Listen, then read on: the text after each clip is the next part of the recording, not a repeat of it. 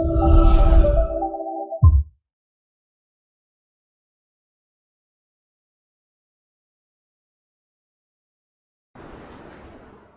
Students, मैं सुनीता अग्रवाल और मेरे यूट्यूब चैनल पर आप सभी का स्वागत है।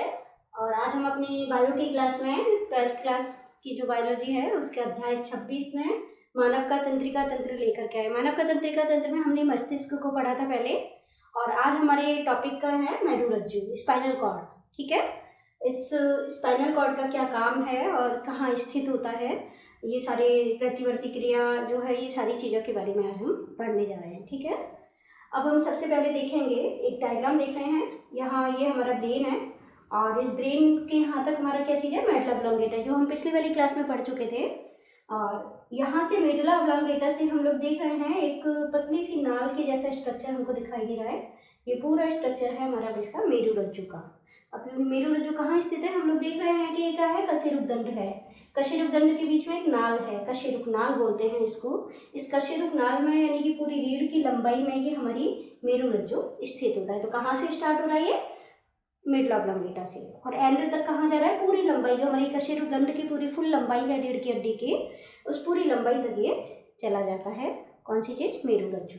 ये तो हो गई इसकी सिचुएशन, यानी कि कहाँ स्थित होता है। और अब हम पढ़ेंगे इसके बारे में कि इसका स्ट्रक्चर किस तरह का होता है। तो जैसे हमारे मस्तिष्क था, मस्तिष्क के ऊपर 3 झिल्लियाँ थी, 3 आवरण थे इसके, ऐसे ही सेम हमारा मेरुरज्जु के अंदर होता है। मेरुरज्जु के ऊपर भी 3 आवरण होते हैं और इन्हें हम कहते हैं, वही झिल्लियाँ बोलते हैं, तानिकाएं। तो सबसे बाहर जो होती है इसका नाम है वही ड्यूरा मैटर, जो कि मस्तिष्क में था। और इसके बाद में अगली जो मध्य झिल्ली है उसका नाम है एरेक्नोइड, और सबसे आंतरिक झिल्ली जो है उसका नाम है पाया मैटर।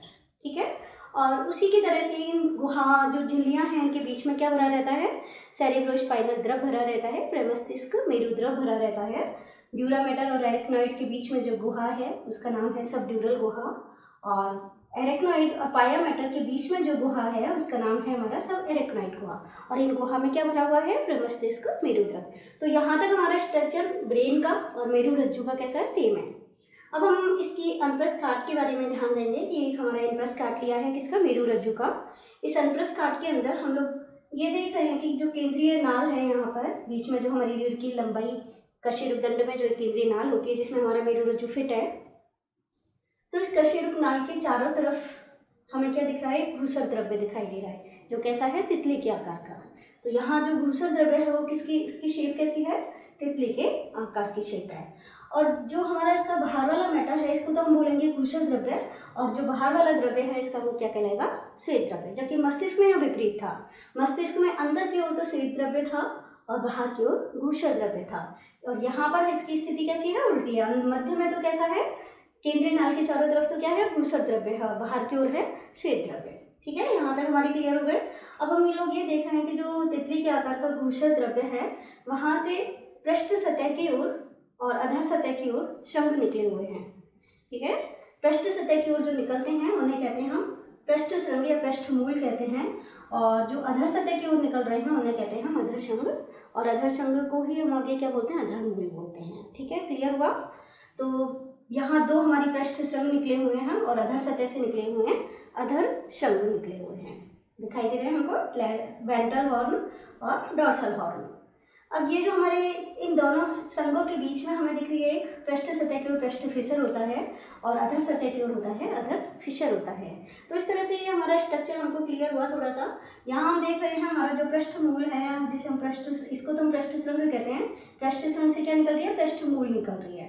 अधर श्रृंग से क्या निकल रही है, अधर मूल निकल रही है। यहाँ तक क्लियर हुआ, ये अधर मूल है हमारी, कहाँ से निकली, अधर श्रृंग से। पृष्ठ श्रृंग से क्या निकला, पृष्ठ मूल निकली। पृष्ठ मूल थोड़ा सा आगे जाकर के एक गुच्छे का रूप धारण कर लेती है और इसे हम कहते हैं पृष्ठ गुच्छन, जबकि अधर मूल नहीं होती है। अधर मूल में गुच्छन नहीं होता है, जबकि कहाँ होता है, पृष्ठ गुच्छन। ठीक है, पृष्ठ मूल के अंदर होता है। ये हमारे यहाँ तक हमारा सारा स्ट्रक्चर क्लियर हुआ। अब हम ये देखेंगे कि जो पृष्ठ श्रृंग है हमारा, उसमें इसके पृष्ठ मूल से होती हुई तंत्रिकाएं जा रही हैं, और इन तंत्रिकाओं का नाम है संवेदी तंत्रिका। यानी कि हमेशा पृष्ठ मूल में कौन सी तंत्रिकाएं गुजरती हैं, संवेदी तंत्रिकाएं।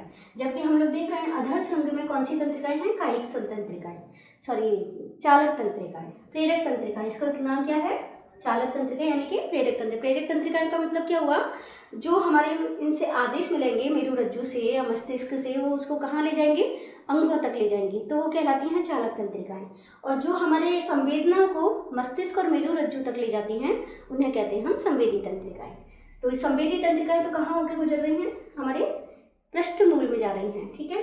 और जो चालक तंत्रिकाएं हैं वो कहाँ होकर निकल रही हैं, हमारे अधरमूल में, ठीक है। यहाँ तक हमारा क्लियर हो गया। तो संवेदी तंत्रिका हमेशा यहाँ होंगी और चालक तंत्रिकाएं यहाँ होंगी। तो ये तो हो गया हमारा पूरा स्ट्रक्चर, जो हमने इसका अंतस्कार देखा और ये कहाँ स्थित है, वो सारी चीज़ें हमें क्लियर होगी। अब हम ये देखेंगे कि इसका काम क्या है। इसका मेन काम है हमारा किस चीज़ का, प्रतिवर्ती क्रियाओं का नियंत्रण करना। जो हमारा मेरुरज्जु का सबसे इम्पॉर्टेंट काम है वो क्या काम है, प्रतिवर्ती क्रियाओं का नियंत्रण करना। प्रतिवर्ती क्रियाएं क्या होती हैं, प्रतिवर्ती क्रियाओं का मतलब समझे पहले हम। जैसे हमारा चलते चलते रास्ते में कहीं हमारा पैर पड़ गया कांटे पर, ठीक है, कांटा पैर में लगा, जैसे ही पैर में कांटा लगेगा हम पैर को क्या करते हैं, उठा लेते हैं, एकदम से उठा लेते हैं। हम लोग को सोचना नहीं पड़ता, इतने में तो ये सारी चीज़ें हो जाती है, यानी इतनी तीव्र गति से होती है। जैसे ही पैर पे कांटा लगा और हमने पैर को उठा लिया, तो ये जो क्रिया हुई पूरी क्रिया क्या कहलाएगी, प्रतिवर्ती क्रिया। यानी कांटे का चुभना और पैर का उठना, ये क्या कहलाएगी, प्रतिवर्ती क्रिया, ठीक है। और ये पूरा जो सिस्टम है कहाँ से कहाँ गई और किस तरीके से हमने उसको पैर को उठाया, तो ये पूरा चाप कहलाता है प्रतिवर्ती चाप। अभी हम इसको, अभी मैंने आपको शॉर्ट में बताया है, मैं अभी आपको सिस्टम बताऊंगी पूरा किस तरीके से प्रतिवर्ती क्रियाएं होती हैं।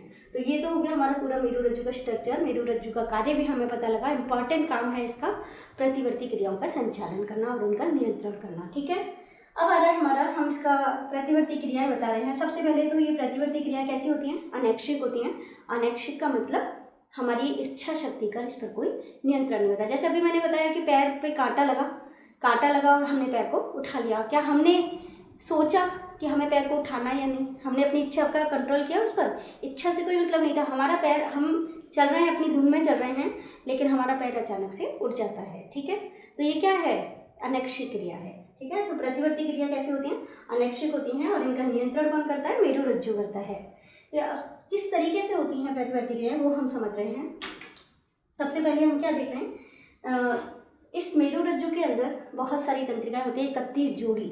मानव की जो मेरु तंत्रिकाएं हैं मानव में, वो कितनी होती हैं, 31 जोड़ी। और ये यहाँ से लेकर के हमारी कटी भाग से लेकर के नीचे तक जाती हैं पूरी, ठीक है। गर्दन के नीचे से का जो पोर्शन है वहाँ से हमारे शरीर के पूरे ऑर्गन्स को जाती हैं, हाथ और पैरों को बहुत सारी तंत्रिकाएं जाती हैं और इन्हें कहते हैं हम 31 जोड़ी मेरु तंत्रिकाएं, ठीक है। जो मेरु तंत्रिका होती है उस तंत्रिका के 2 पार्ट होते हैं, यानी ये तंत्रिकाएं कहाँ जा रही हैं, हमारे अंगों तक जा रही हैं। ये तंत्रिकाएं सिर्फ ऐसे ही नहीं छूट रही हैं, ये कहाँ जा रही हैं, अंगों तक जा रही हैं। तो मेरु तंत्रिका की 2 चीज़ें बता दी हमने, पृष्ठमूल और अधरमूल बता दिया। यहाँ पे पृष्ठमूल है और ये अधरमूल है, ठीक है। ये जो पृष्ठमूल है इसमें कौन से तंतु हैं, हमने अभी बताया था, संवेदी तंत्रिका तंतु है पृष्ठमूल में, और अधरमूल में कैसे हैं, चालक तंत्रिका तंतु।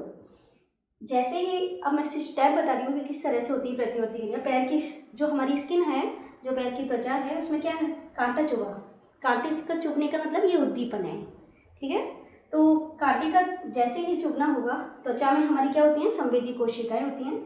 ये संवेदी कोशिकाएं जैसे ही कांटा लगेगा उत्तेजित हो जाएंगी, ठीक है।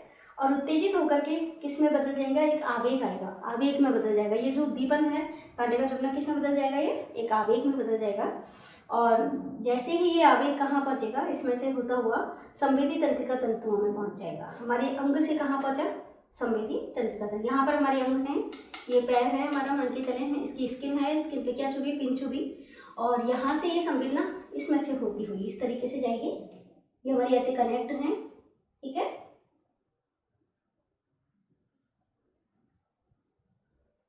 ये यहाँ से होते हुए किस में चलेगी, संवेदी तंत्रिका तंतुओं में।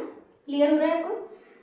कांटे का चुभना, कांटे का चुभने के बाद में कहाँ चला गया ये, जो संवेदी कोशिकाएं थी वो कैसे हो गई, उत्तेजित हो गई, और यहाँ से संवेदी तंत्रिकाएं इस आवेग को लाएंगी और कहाँ पहुँचा देंगी, इसमें पहुँचा देंगे, ठीक है, पृष्ठमूल में।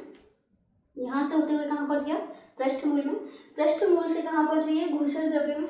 कहाँ पहुँच गई, घूसर द्रव्य में। ये दिख रहा है हमको तितली क्या करके घूसर द्रव्य, वहाँ पहुँच जाती हैं मेरुरज्जु के घूसर द्रव्य में। यहाँ पहुँचने के बाद हम ये डिस्कस होता है इसमें कि क्या है ये, इसका विश्लेषण होता है। जो सूचना यहाँ पर पहुंची है किसके माध्यम से, संवेदी तंत्रिकाओं के माध्यम से, इसका क्या होगा, विश्लेषण होगा, यानी विचार विमर्श होगा उसके ऊपर। और विश्लेषण होने के पश्चात उसको क्या दिए जाएंगे, निर्देश दिए जाते हैं। और निर्देश देने के बाद इन निर्देशों को कौन लेके जाएगा, चालक तंत्रिकाएं लेके जाएंगे। इन निर्देशों को कौन लेके जाएगा, चालक तंत्रिकाएं।